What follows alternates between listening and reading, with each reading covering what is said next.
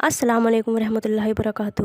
دیکھیے آج ہم بات کریں گے چغلی کرنے کے عذاب کے بارے میں کہ چغلی کرنے سے ہمیں کتنا بڑا عذاب ہوتا ہے اور اللہ تعالیٰ ہم سے بہت ناراض ہوتا ہے۔ چغلی کرنا اور کسی کی پیٹھ پیچھے برائی کرنا بہت بڑا عذاب ہے۔ حدیث میں آتا ہے، نبی پاک صلی اللہ علیہ وسلم نے فرمایا، جب مجھے معراج کرائی گئی تو میرا گزر ایسے لوگوں پر ہوا جن کے ناخن سرخ تانبے جیسے تھے، جن سے وہ اپنے چہروں اور سینوں کو نوچ نوچ کر زخمی کر رہے تھے۔ پھر میں نے جبرائیل علیہ السلام سے پوچھا، یہ کون لوگ ہیں جو ایسے سخت عذاب میں جل رہے ہیں؟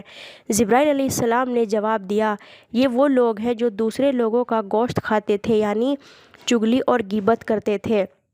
اگر آپ کے سامنے کوئی چغلی یا غیبت کرے تو انہیں روکو، اگر وہ نہ مانے تو وہاں سے اٹھ کر چلے جاؤ۔ ایسا کرنے سے آپ اس گناہ کے عذاب سے بچ سکتے ہیں۔ دیکھیے اسلام میں چغلی کرنا حرام ہے۔ اللہ چغلی کرنے والے سے بہت ناراض ہوتا ہے اور ان کے لیے جنت کے دروازے بند کر دیتا ہے۔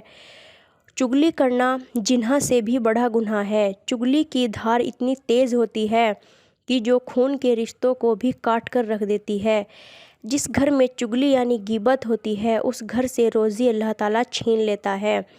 اس گھر میں فرشتے بھی نہیں آتے جس گھر میں غیبت ہوتی ہے۔ جو لوگ کسی کی چغلی کرتے ہیں ان کی نمازیں کبھی قبول نہیں ہوتی اور نہ ہی ان کی کوئی بھی دعا قبول ہوتی ہے۔